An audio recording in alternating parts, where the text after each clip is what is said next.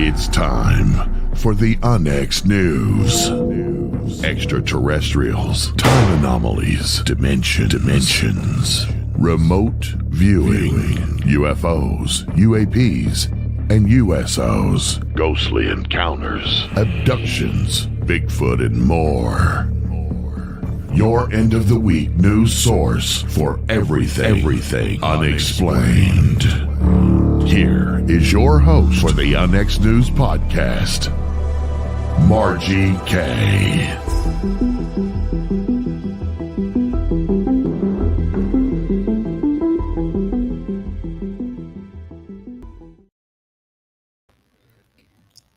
Good evening and welcome to Unex News. I'm your host, Margie K, and we are here every Friday evening at 6 p.m.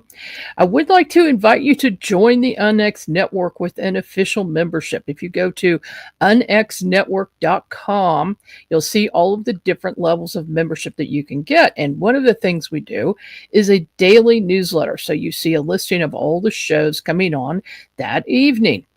And of course, we've got our bi-monthly magazine that we do, the blog with lots of good articles. So we're not just a broadcasting network. We're a media company. We've got a lot going on. Plus, we publish books, and we've got some new books up. And one of them is All Monsters Are Human by Derek Smith. Another one is How to Research a Haunted House by myself and Violet Wisdom. And we've got a lot more on various subjects that are ready to go. So unexmedia.com is the place to go to see our book listing.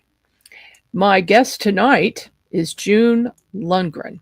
She was raised by her maternal grandmother, a psychic medium. She grew up communicating with ghosts, spirits, angels, animals, and seeing demons in their true form. June has been helping people with their paranormal concerns for many years. She started removing demons after she died in a motorcycle accident in 1986. And June specializes in negative entity removal. June is a psychic medium, demon seer, animal communicator, international author, paranormal investigator, television and radio personality, and founder of Ghosts and Girls Paranormal. Welcome to the program, June. Thank you. It's good to be here. Well, thank you so much for joining me this evening. There aren't very many people out there that say they are demon seers. So I'm going to ask you, of course, the normal question that I ask everyone: how did you get interested in this subject? Well, when I was a little kid, I was like, my grandmother raised me for the first 5 years of my life.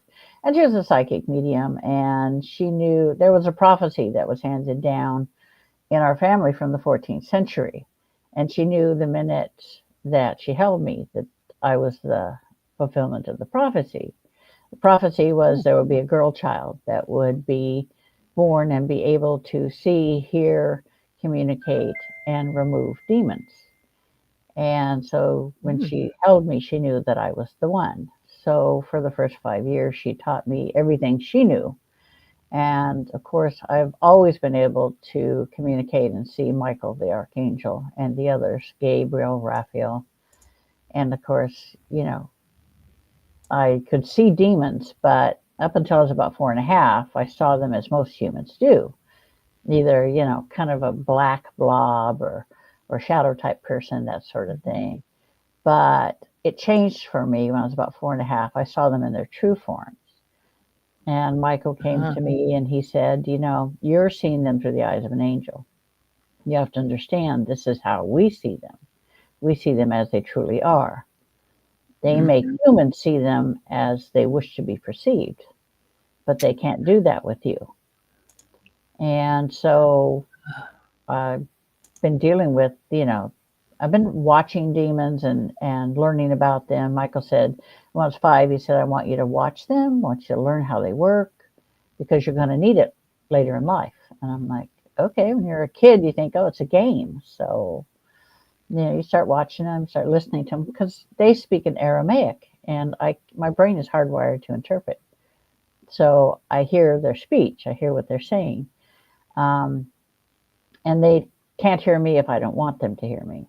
So the first time I actually dealt with one as one-on-one was when I was in the military. I was working in the emergency room, and we had a call that came in for a young man who was missing, and nobody had seen him for like 3 days.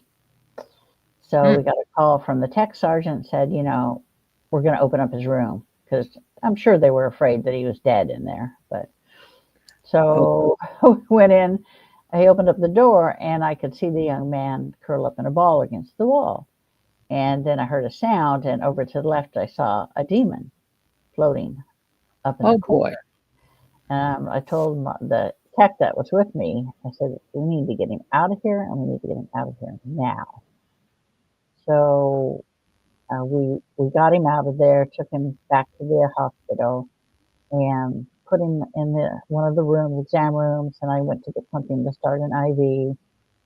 And when I came back in, the demon was leaning over him, trying to take out his life force. Oh, my. That was the first time when, unbeknownst to me, Ariel, the archangel, came forward, and she told him, this one belongs to us, not you. And whatever he saw in my face, he left in a hurry. But so I started the IV, and I saw him. He had spent about a week in the hospital. I found out somebody had he was a chaplain's assistant, and he was at a party. Somebody had put PCP in his soda. Oh, that'll do it. So he was out of it for like 3 days solid. So I saw him before he left, and he said, you know what? He says, I had this dream. He said, in this dream, a demon was trying to take my soul. And a female warrior angel, she was big, she was huge. And she told him, no, this one is not for you. This one belongs to us. She saved me.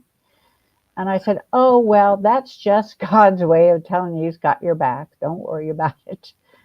And he went home. Oh, yeah, because you couldn't tell him the whole story. No, because at that time, I wasn't aware of it. But in 1985, when I died in my motorcycle accident, a woman ran a red light and hit me, trashed my bike. But I went to the other side, and my grandparents were waiting for me, and Michael was waiting for me. And he says, you have to understand who and what you are. He said, you are not this physical being that you see. And then he touched my forehead, and I morphed into somebody else. I looked like him. Archangels are 7 foot tall, 12-foot wingspan, and they're just like so bright and they glow. And he says, this is who you truly are. He said, your body was created to hold the soul of Ariel, the archangel. She's a demon slayer.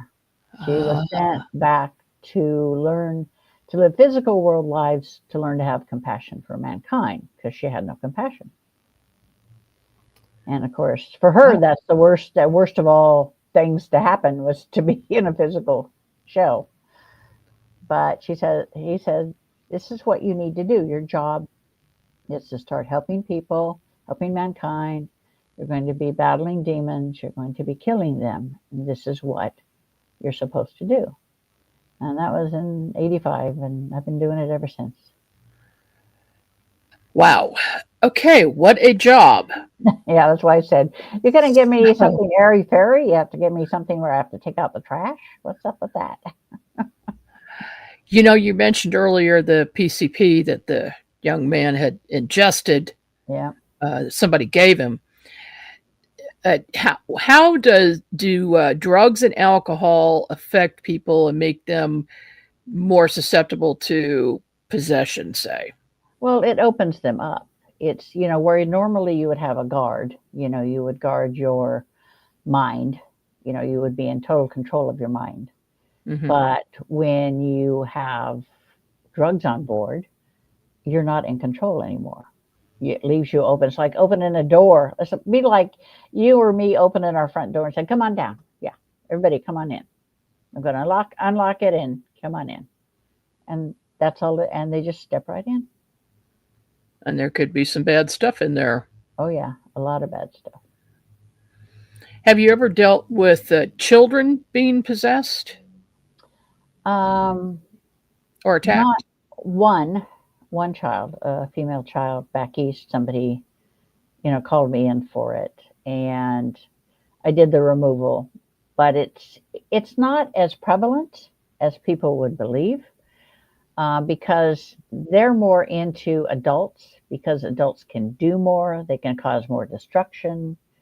So that's really where it's at. And most people think, oh, if you have somebody that's possessed, it's 24/7. But really, it's not, because the dark ones don't want to be in a shell either. So they will come and go at will. But unless you have more, if you have more than one, then there's always going to be one, so to speak, in residence. I had a lady that had 11 of them for 20 years. And it was Whoa. just, she was like, when I got through with the removal, I removed 10 of them. And then there was the last one to get rid of. And didn't want to leave. So I didn't want to harm the woman, but I can look into the demon's mind and find out why it's there, how it found this person, why it found the person in the first place. And I found out that it had been given a job to do by Lucifer, and but didn't bother to do it. This just went on its merry way and said, screw you, basically. And Lucifer was looking for it. Oh And my goodness. I told the demon, I said, listen, you can go back into the light if you want. I said, but you have to really want it, and you have to be truly repentant for it. And it seemed responsive to that. So I said, Jesus, come forth. And I had two people with me. One was an ordained minister, and the other one is the other girl in my group. And they both stepped aside as this huge hand came out towards the woman. And I told the demon, I said, there you go. You can go into the light if you want to. But then it pulled back and said, no, I can never go home. I can never go to the light. And so I'm like, I'm not going to mess with it. I'm like, so be it. I said, Lucifer, come forth. And my friends kind of freaked out for a second as this figure came up the hallway. It appeared at the end of the hallway and advanced towards us. And what they saw was a dark figure with a fedora, double-breasted suit, spats, that type of thing. I saw it in its true form, but that's the image it wanted to project into their minds. So they saw Lucifer in that way. And Lucifer came towards the woman, and he told the demon, he called out his name. I said, you come on with me. And the demon's like, no, I'm not coming. I'm not leaving. And Lucifer looked at me and said, I know you don't want me to harm the woman, so I will be back for it tonight. So he turned around, walked away, and disappeared. And so I told the woman, I said, they're all gone but one. I said, Lucifer will be back for it tonight. So we all went home, and we all woke up in our beds at 3 a.m. and heard Lucifer say, it's done. Aha. So I called the woman the next day, and she's like, I haven't felt empty like this in over 20 years. I said, please get some counseling. I said, you have PTSD from having these things within you. I said, get counseling. And she did. And did she put some protection up? Yeah. Do you counsel people about that too? Oh, yeah, because a lot of people think some of the stupidest things will protect you, and they won't. After dealing with them for, 48 years, I can tell you that some of the stupidest disinformation that's out there is ridiculous. Walk around in a circle backwards 3 times. That'll protect you. I'm like, oh, my God, really? Okay. I want to see that one. What do you suggest people do for protection? Well, there's a couple things that you can do. You can, of course, if you want to protect your home, you can get holy water and put the sign of the cross over each and every opening, window, door, and ask for protection and ask for God to protect it. You can I make a black salt the recipe was given to me by God and Jesus. And so I put, I make up the black salt, and I'll usually, if I'm going on a location, I'll take them the black salt, and you'll lay it down around the perimeter of your home, and it'll keep anything negative out. Mhm. And prayer is powerful, and then mentioning the name of Jesus and God is very powerful for protection. But some of the stuff white salt don't do anything. People think, oh, just put some white salt down. No, only if you want to keep a human ghost out, maybe. Mhm. I said, but it ain't going to help you with a dark one. Not one little bit. What do you know about the Hat Man? Is the Hat Man actually Lucifer? No, he's a minion. That's the thing. He's one of Lucifer's minions. But there is one that most people see, and it's like really tall and dark. It has this big hat on. It has red eyes. And that's Lucifer's second in command. Okay. I do He know has, several people who have yeah, seen it. yeah, because he has his first in command, second, and third, and they keep things going. Why do they attack people who are what you would say mostly good? They're very positive people. Well, it's a challenge for them, really. It's like my friend who's ordained minister, and he had one attack him and try to attach itself to him, and I got rid of it.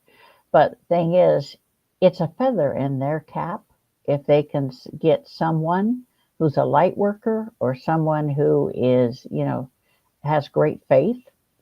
It's like it's a challenge for them to turn. They want to turn you against God, against the greater Uh-huh. good. That's Uh-huh. what it's all about. The thing is, most people don't understand that the war between heaven and hell, people think it's like, I don't know. They come up with the screwiest ideas. I can tell you from seeing it through Ariel's eyes that we were all physical beings at one time, except, God and Jesus. But we were all physical beings at one time. And over the years, we evolved into pure energy. And then we traveled the galaxies for hundreds of thousands of years, saw everything you could see, experienced everything you could. And then one day, the people, the soul said, listen, we're tired of this. We've seen everything. We've done everything. We want to have physical bodies again. And Lucifer and his followers didn't want to have anything to do with that. Oh, no, no, you don't. We do not want that. We do not want to be subject to a shell where we can, suffer pain and disease and discomfort of any kind. We want to be free to travel. And so that's what started the war.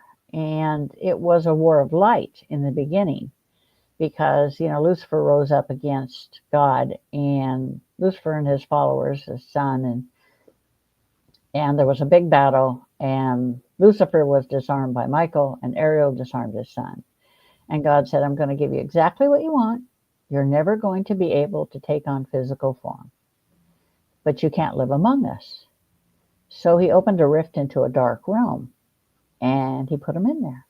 And he told Lucifer, this is your kingdom now. And he sealed the rift, and there are two archangels that are guarding the rift, the opening. So that's actually what started the war between heaven and hell. And they attack physical beings because every physical being has a white light soul.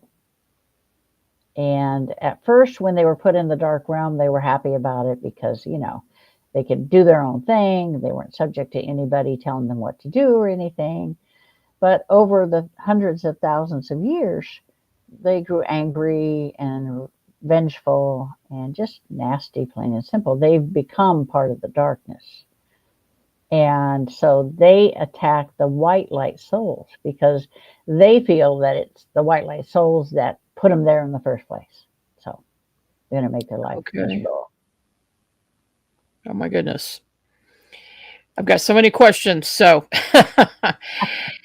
is there any particular part of, well, we'll just say in the United States itself, that is more prone to demonic encounters?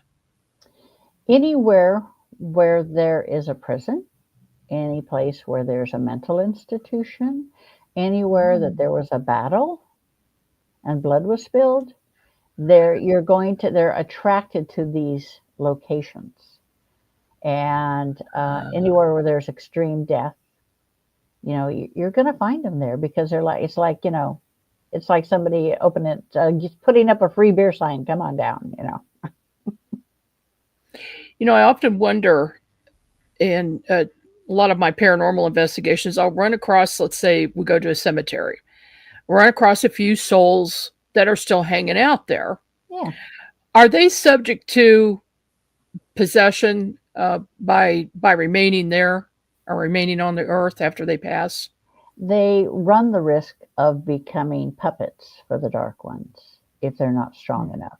What'll happen is, like, say you have, I had someone I gave the black salt to, they laid it down and everything, and it kept out the dark ones. But there were human souls that were serving the dark ones, not on purpose. Basically, they were enslaved. And so they can get through the black salt because they're human souls. They're not demonic. Mm-hmm. And so they would cause the person to have nightmares, pull them out of bed, scratch them, do all kinds of things, whereas because the demons can't get to them. So they would send in a human soul. Oh boy. Well, that's even more evil. Goodness. Yeah. There's a lot going on here. Oh, yeah. When I was younger, I was playing in a band, and about towards the end of the evening, I noticed these little, like 2-foot tall, demonic looking creatures with wings sitting up behind the bar. And at a certain time, they flew out and they flew into the top of the heads of 3 men on the dance floor, and they immediately changed their personality. Yeah. They wanted to fight. They were being very aggressive. It was obvious what had just happened. So do you have any tips for people who might be having too much alcohol? Yeah, you have to be careful because those are what I call the creepy crawly dudes. They're the minions of the demons. They're kind of like, I liken them to pimps because they look for victims. Okay. They go out and they find victims for their master, either a lesser demon or an old demon. But 9 times out of 10, it's a lesser demon. But you need to, people need to be aware that if suddenly somebody's whole attitude, temperaments change, then there's usually influence there from one of the dark ones, whether they're just like toying with you or whether they've made the idea, are investigating you. Because it's not like the demons they see you and they say, oh, this person's great, I'm just going to attach myself to that person. No, they will watch the individual. They will learn about them. They'll learn their weaknesses, their strengths, see how their faith is, what they want out of life, if they're easily influenced. And if they meet all the criteria, then the creepy crawly dude will run back and tell his boss. And then the boss will do much the same thing. He'll watch them, he'll test them, he'll, see what's important to them, what's not important to them, what they can use as leverage against you. But if they find that they're not good enough, that if they don't make a good victim, then the lesser demon will slap the minion upside the head and they'll look for another victim. So is the ultimate goal to get them to cross over to the dark side? Yeah, they want to create as much hell on earth for them as they can. And usually the symptoms of the attachment are, everything starts going in the toilet. Your finances go in the toilet. Your relationships go in the toilet. Your health goes in the toilet. That's how they work. They're all about causing all of this. And their idea is to isolate you, to take away your support system, and people that would Right. help you, people that would be close to you, and so that you Mhm. have nobody to help you. And then they start working on your brain. They start telling you you're never going to get away, you're never going to get rid of them, that God's forsaken you, and you belong to us, so you might as well start doing what we want. Nice messages. Oh yeah, they're really Goodness. interesting. Yeah. Okay, folks, we're up on a break. We will be back right after these messages.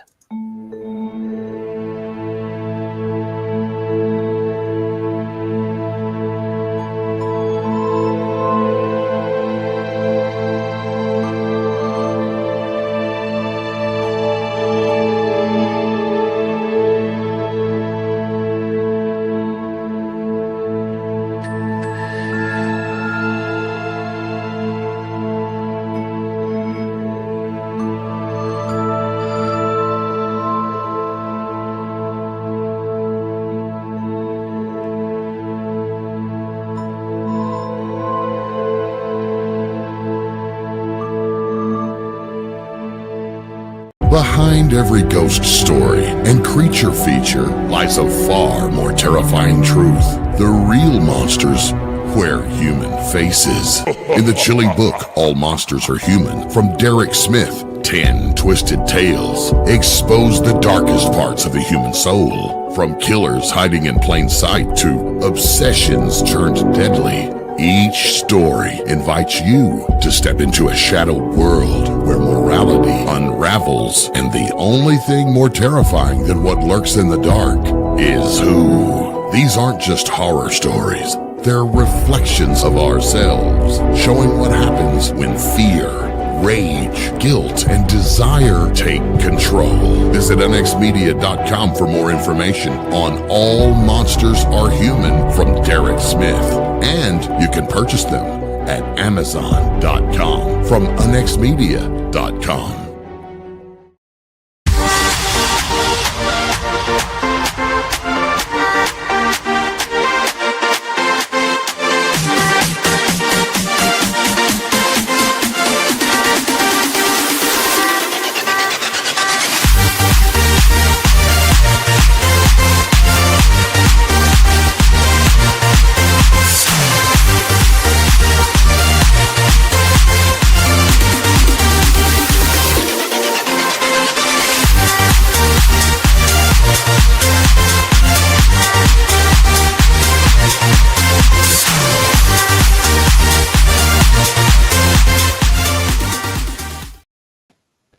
And we're back with the next news. I'm your host, Margie K. And this evening, my special guest is June Lundgren.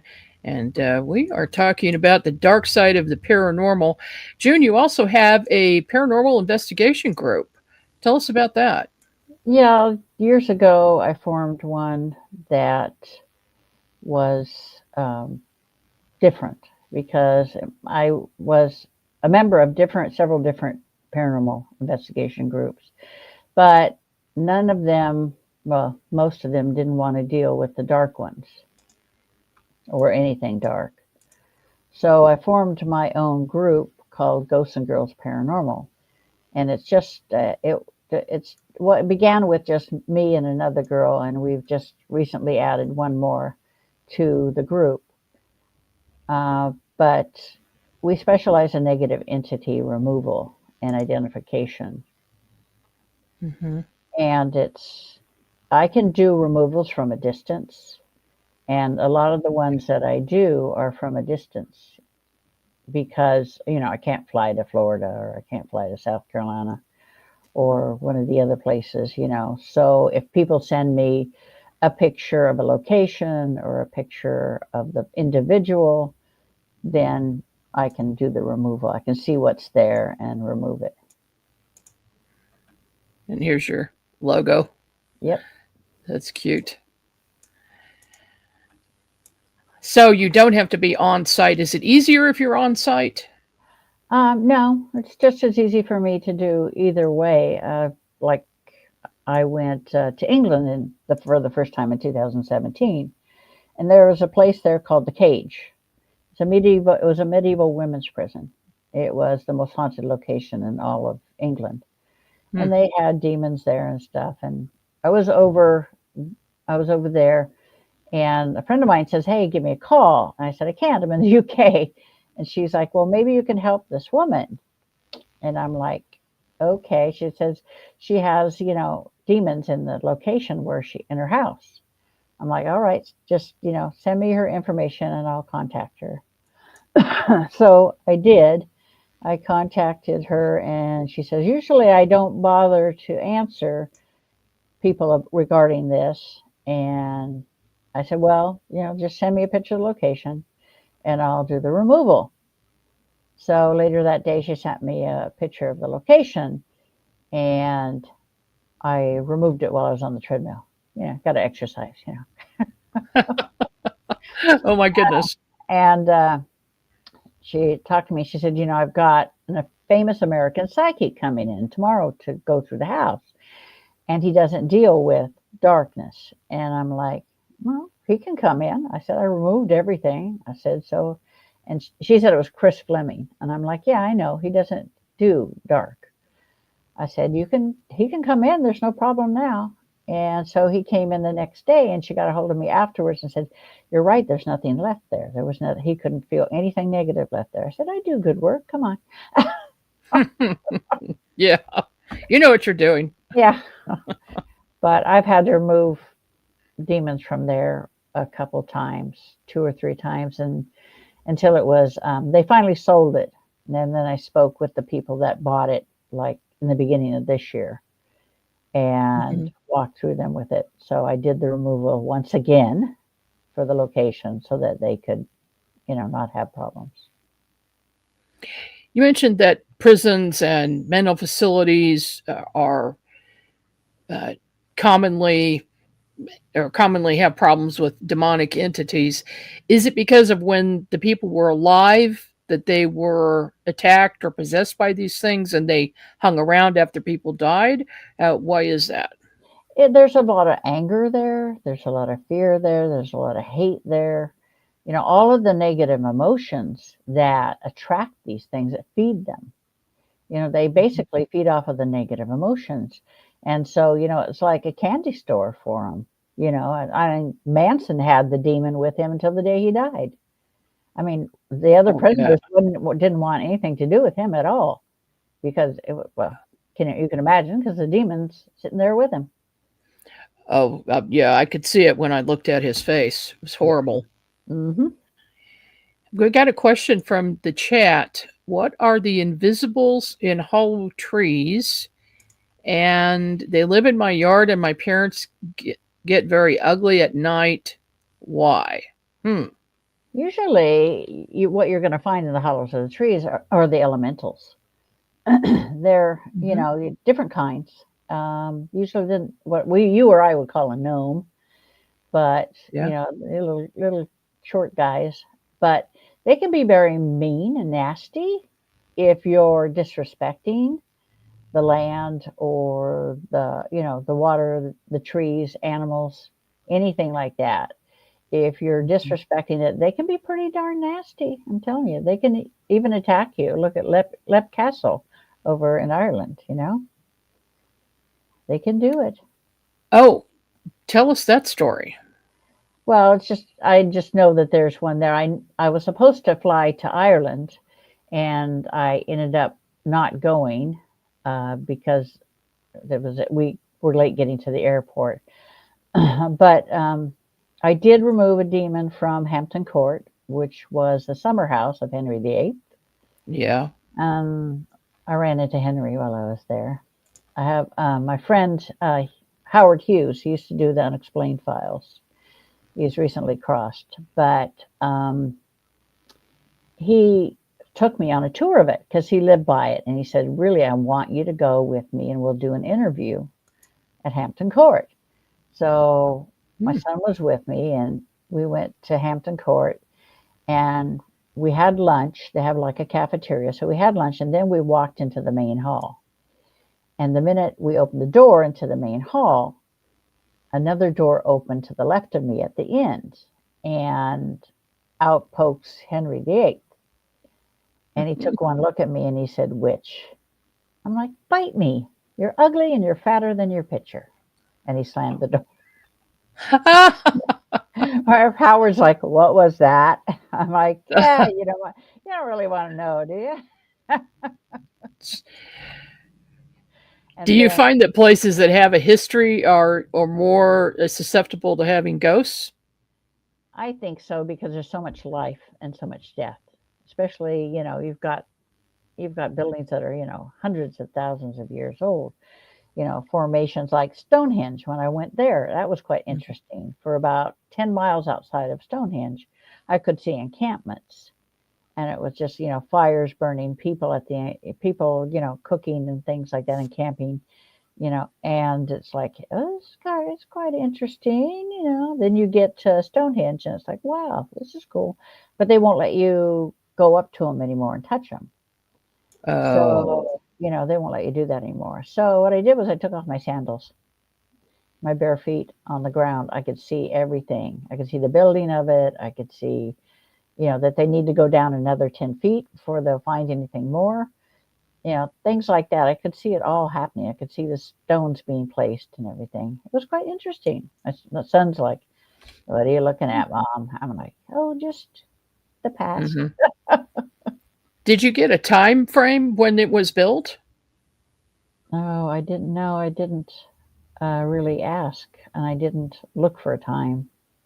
I just know they were gatherer hunters at the encampment, and that it was used as a place for worship and a place um,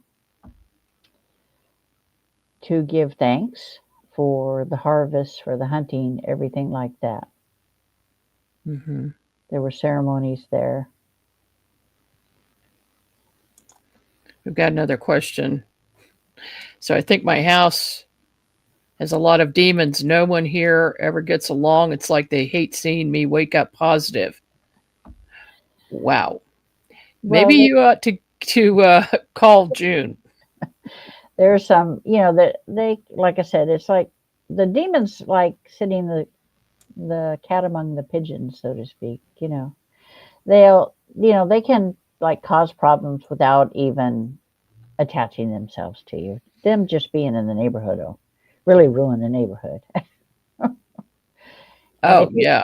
if you have someone who has an attachment, it doesn't just affect the individual that the demon's attached to. It affects everyone within that person's inner circle. Things start Mm. going bad. There starts being, fighting. Even when you've never fought before, you've never had any arguments. You wake up one morning and you want to kill your husband for no reason. And you're like, what the heck? Why am I feeling this way? That's Mhm. them basically poking at you, causing issues. Kind of like having PMS all the time. Yeah, there you go. Yeah, Yeah. on steroids. Yeah, it would be. Oh my goodness.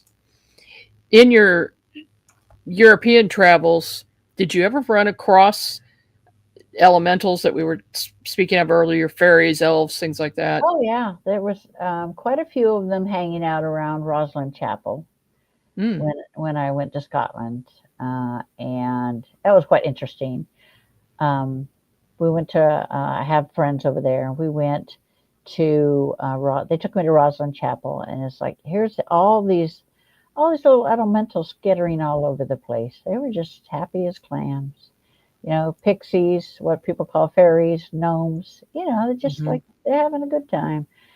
And a friend of mine, my friend was her husband says like I don't believe in things like that. I said, well, come over here. And he's like, so we go into the crypt, which is in the basement of, Roslyn Chapel. Mhm. And he's standing over against a wall on the left side. And he says, I keep hearing these voices. Where are they coming from? I looked at him. I said, you're standing in front of a portal. You're going to hear the voices. I took a picture of it and you could see the white portal behind him. It's like, and then I took him Oh. outside. There's a graveyard out behind it, behind Roslyn Chapel. And I said, you want to feel something fun? And he goes, yeah. I said, come over here and put your hand on this tombstone. And what it was, they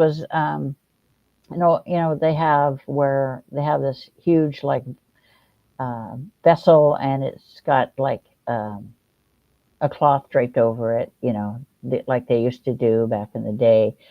I said, put your hand on this vessel. And he put his hand on. He says, it's vibrating. I said, of course. I said, there's a white portal here, a white light portal. I said, come around this way and read who's buried there. And he came around, and the guy's name was Reverend Brown. I said, see, even in death, he's heralding people to the other side. He's got the portal going on here. He's like, I've never felt anything like that before. I'm like, yeah, well, they're around. Have you ever found anything like that in the United States? Oh yeah, they're all over the place. Unfortunately, there's a lot of dark portals as well. I'll come, like a person will contact me and say, I've got a lot of activity in my house and I don't understand it. And it's like, it's not bad, but it's a lot of activity. I said, well, just send me a picture of your house, the outside of your house. And he'll send me a picture. I'm like, oh, that's because in your bedroom, in the walk-in closet, there's a white light portal. I said, it's a swinging door. I said, people are coming and going. Spirits are coming and going. They're passing through. I said, so you're going to get a lot of activity. I said, I'm not going to close it. I said, but I will move it out of your house so you don't get so much activity. So I just moved the portal. Are the portals something that would have been there before the house was constructed and is independent of the house? Yeah, it's definitely independent, just like the dark portals.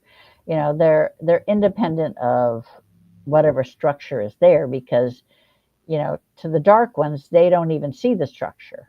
It's like it's nothing. And you can see they look like funnels, like a tornado. I grew up in Kansas. It looked like a tornado, and with the tail embedded in the ground.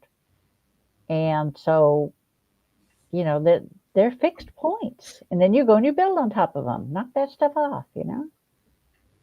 Well, people just don't have the power of discernment. They don't see the portals before they start building. Right. Or if they're a builder, they think about the money, and that's all they think about. And structures create portals? Not unless it depends. If you're in, one of the things I learned on the other side was that intention is everything. It's like thought becomes reality in the dark realm as well as the light realm. And it is the intention behind the thought that gives it power. So if your intention, say you want to build a castle, okay? And your intention is to make it a fortress against demons or against the light, then everything that's every stone you put into it is going to have that intention behind it. It's like, I'm going to build a gate, and this gate is going to be made out of stone, and it's going to keep out anything bad. So when you when you lay the bricks down or the stones down or the metal, it will absorb that intention and it will do its job. Okay, that makes sense. Really does. You've got some books out, quite a few books out. How many have you written? 10 or 11. Okay. I lose count. We've got this one. What is this about? Demon Seer I wrote it. It took me about 1.5 years to write it. It's all about how negative entities and negativity in itself affects the world that we live in right now.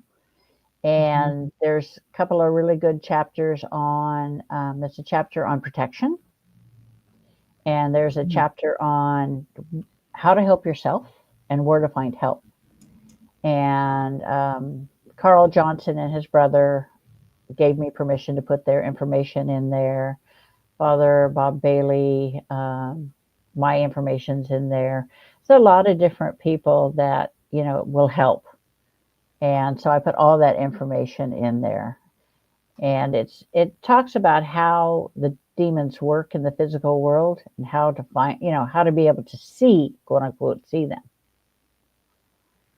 And where can people get that book? All my books are available on Amazon.com. They're also in Audible. They're also Audible books as well. Oh, fantastic. I know so many people want to do the Audible books now. Yeah. It's much more convenient when especially if you're traveling a lot. Yeah, or you're going to work in the morning, or you have a long trip to work or back. Yeah. And you can listen. Yeah. And then this book, it's not out yet, but what is it about? It's called Return of the Demon Slayer. Okay, what it is my bio. Ariel originally had, her first life was in 1198 AD. She was sent back. A woman cried out to God and said, I'm possessed by a demon. Please help me. Okay, so God sent Ariel down. And Ariel was pissed because this woman had summoned the demon. And so she reached in and she ripped the demon out of the woman's body, and the woman died. And God said, you have no compassion for man. This isn't the first time this has happened. So your punishment is to go back and live human lives until you learn to have compassion for mankind. Well, this is life number 131. So, Okay. Not that she's not stubborn, because she's absolutely stubborn. But working on it. Yeah, but this is her last lifetime. So she's made a lot of progress in this lifetime. My goodness. What are some of your other books? I have the first one I wrote was called A Medium's Guide to the Paranormal. And God said, I want you to write a book. And I'm like, okay. And he's like, I don't care what you put in it. He says, but I want you to put in there that I want people to know that I do hear their prayers, that I give people what they need, which is not necessarily what they want. He says, I don't care what else you put into it. So I put a lot of information into it, basic information into it. And then I wrote Paranormal Encounters Book 1 and 2. And those are some of my personal paranormal encounters that I've dealt with. And then I wrote one because people were after me about, I did a Body, Mind, Spirit Expo. And people were telling me, you can give a lecture. I want, talk about angels and stuff like that. And I'm like, no, everybody talks about angels. That's not what I want to talk about. So I did a lecture called The Dark Side of the Paranormal. And I was late getting into the lecture, and it was standing room only. And people were coming by after the lecture and thanking me for talking about it. Yeah. And a lot of them were Wiccans and things like that. We've always been told, don't think about it, don't read about it, don't, because it'll call them to you. And as I told them, I said, if they want you, they'll find you. Reading about it is not going to make any difference, plain and simple. They'll find you. And so I wrote The Dark Side of the Paranormal. It took me a little while to write it because the dark ones didn't want me to publish it because it gives away a lot of their secrets. It gives away what their fears, their weaknesses, their strengths. They don't like that stuff. They don't want their secrets out. No, they don't. So I wrote that one. And those are all available at Amazon. Yeah. And then I have Outta Time, which is a paranormal romance. It's kind of different because it's told from the view of the angels, the animals, and the humans. Got a question from chat. One day I heard a growling that seemed to be a dinosaur. It was so scary, and I called a friend and asked if he could hear anything when I held up the receiver, and he asked what was causing the growling. Was that an evil entity checking me out? It happened in my kitchen, but there was nothing there. Yeah, it can be. A lot of times that's a signature for them. They want to see what you're going to do if you hear it. If you say, screw you, then they'll move on. Right. But what they're looking for is a fear reaction, right? Yeah, yeah, they're looking for fear, they're looking for worry, anxiety, anything Hmm. negative like that. Then they're like, "Oh, we've got a live one." But if you just blow them off, then and it'll probably happen more than once, and just to make sure that you're not really what they want. So, So you have been doing this for a long time and you've seen a lot of things. Is there ever anything that does unnerve you now, or are you used to it? no, no, nothing. I've seen too many things over my 67 years. Yeah, no. I Hmm. mean, I've seen everything from harpies to to Lucifer himself. So, What does Lucifer look like for real? for real, he's Mhm. about 7, 8 feet tall. He's all shades of gray and black and charcoal, and his what passes for a face has no features except eyes, and the eyes are golden. And if you look into those eyes, you'll see every evil you could ever imagine, 1,000 times, worse in his eyes. That's why nobody ever wants to see what I see, because I see all of that. When you had your out of body experience, when you died in the motorcycle Hmm. accident, did you see heaven, hell, purgatory, any of those things? Oh yeah, when I was at the other end of the light, Michael was there and my grandparents were there, and he's like, "Come here, I want to show you something." Michael says. So I'm like, "Okay," and this bay window magically appears, and he says, "Look down there," and I'm looking and I see the earth, and I see all these strings coming up from the earth. He says, "You see those strings that are lit up?" And I'm like, "Yeah." He says, "Those are light workers. Those are people that have made the soul connection. The ones that are dark are ones that people that are not light workers and have not made the soul connection." Ah, Um, I'm like, "Okay, so what about hell? Does hell exist?" And he turned me around. We walked a few steps because that's how the human mind says it happens. And he waved his arm, and this huge black opening opened up. It looked like some sort of a tar pit of some sort. The screams that were coming from it were horrific, hmm. and you could see that there were people were reaching up trying to get help, reaching up trying to crawl out of it. And then he waved his arm and it went back. It disappeared. I said, "Okay, I get it. Downstairs is real, and so is upstairs. Okay, I get it now." Okay, so that's a good reminder to intend to go upstairs. Yeah, yeah. People always think you can sell your soul to the devil, but you can't. You can't sell what you don't own.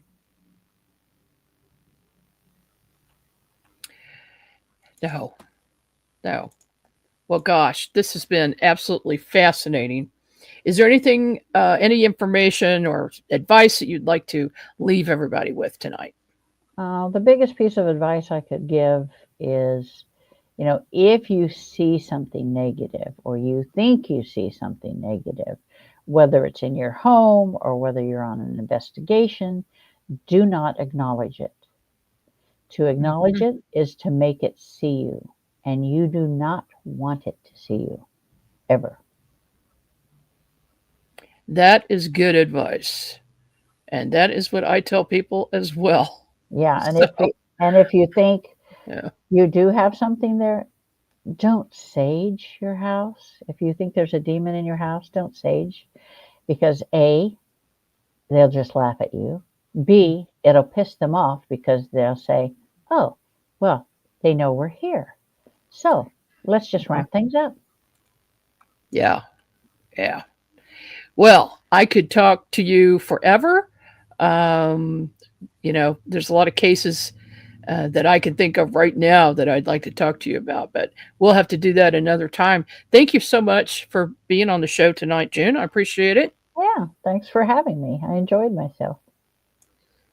All right. Well, this is Margie K with Unex News, and we will see you here next week.